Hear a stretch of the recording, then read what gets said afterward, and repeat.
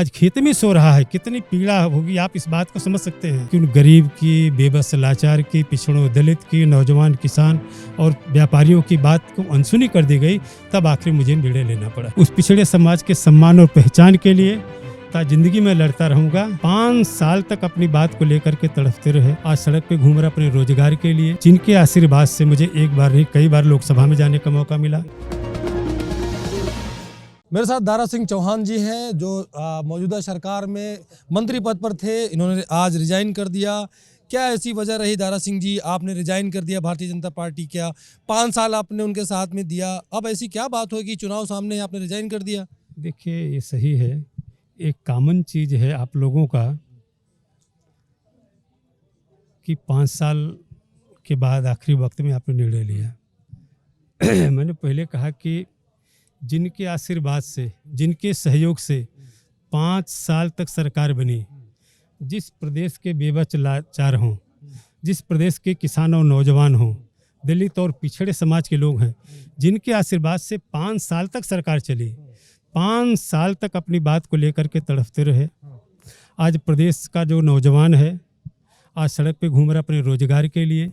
आज प्रदेश का किसान है जो अपने खेत को रखवाली करने के लिए, जिसे जाड़े की रात में अपने घर में सोना चाहिए, आज अपने खेत की रखवाली के लिए आज खेत में सो रहा है। कितनी पीड़ा होगी आप इस बात को समझ सकते हैं, जो कि आप लोग किसान के बेटे हैं। ऐसे तमाम लोग हैं जिनको न्याय नहीं मिल पाया, जिनको सम्मान और पहचान नहीं मिल पाई। इस बात की गुहार मैं बार बार, केवल ऐसा नहीं कि मैं आज मैं कहा हूँ, इस बात को मैं सरकार बनने के बाद ही, क्योंकि पिछड़े समाज का, गरीब समाज का रहने वाला हूँ, पूर्वांचल से मैं आता हूँ, उनकी पीड़ा को लेकर के मैं बार बार अपने नेताओं से, अपनी सरकार में जहाँ मेरा उचित स्थान था मुझे कहने का, मैं कहता रहा। लेकिन जब मुझे लगा कि उन गरीब की, बेबस लाचार की, पिछड़ों दलित की, नौजवान किसान और व्यापारियों की बात को अनसुनी कर दी गई, तब आखिर मुझे निर्णय लेना पड़ा। तो अब यानी मानेंगे नहीं, क्योंकि भारतीय जनता पार्टी की जो शीर्ष नेतृत्व है वो कह रहा है कि मनाने की कोशिश करेंगे हम।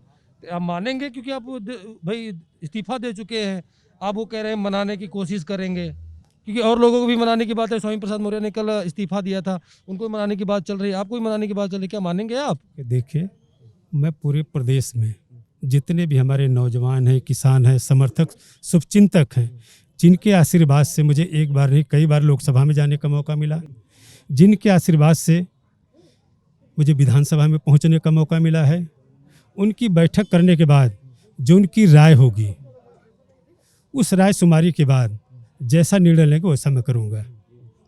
आखिरी सवाल मेरा आपसे ये है कि आप कहाँ से चुनाव लड़ेंगे? अब देखिए, मेरे लिए कहाँ से चुनाव लड़ना महत्वपूर्ण नहीं है। जिस पिछड़े समाज में मैं पैदा हूँ, उस पिछड़े समाज के सम्मान और पहचान के लिए जिंदगी में लड़ता रहूंगा। इसलिए अखिलेश यादव से क्या बात हुई आपकी? मेरे महत्वपूर्ण है। अखिलेश यादव से क्या बात हुई? मेरे लिए चुनाव और पहचान। अखिलेश यादव जी से क्या बात हुई आपकी? चौहान जी, अखिलेश यादव से क्या बात हुई? अखिलेश यादव जी से क्या बात हुई? तो ये मेरे साथ दारा सिंह चौहान थे, जिनका कहना है कि इनकी जो बातें थी, जिसको लेकर के ये भारतीय जनता पार्टी में गए थे, जो आवाज उठा रहे थे, उनकी बात को नहीं सुना जा रहा था, जिसकी वजह से इन्होंने भारतीय जनता पार्टी से अपना जो रिश्ता था उसको तोड़ लिया। अब हालांकि इन्होंने ये नहीं बताया है कि अब ये किधर जाएंगे, लेकिन समाजवादी पार्टी की तरफ से इनकी एक फोटो ट्वीट हुई है जिसमें दिखाया गया है कि ये अखिलेश यादव के साथ में खड़े हैं। तो स्वामी प्रसाद मौर्य जी को पहले भी कह चुके हैं कि वो अब समाजवादी पार्टी के साथ में है, वो समाजवादी पार्टी के साथ में चुनाव लड़ेंगे। आगे भी जो और भी प्रत्याशी है और भी जो विधायक है जो कि अब बीजेपी से अपना रिश्ता तोड़ चुके हैं, यानी इस्तीफा दे चुके हैं, अब वो भी समाजवादी पार्टी की तरफ रुख करें। तो वैसे ही दारा सिंह चौहान का भी माना जा रहा है कि अब ये भी समाजवादी पार्टी की तरफ अपना रुख करेंगे। राजकुमार के साथ विनोद कुमार, लखनऊ।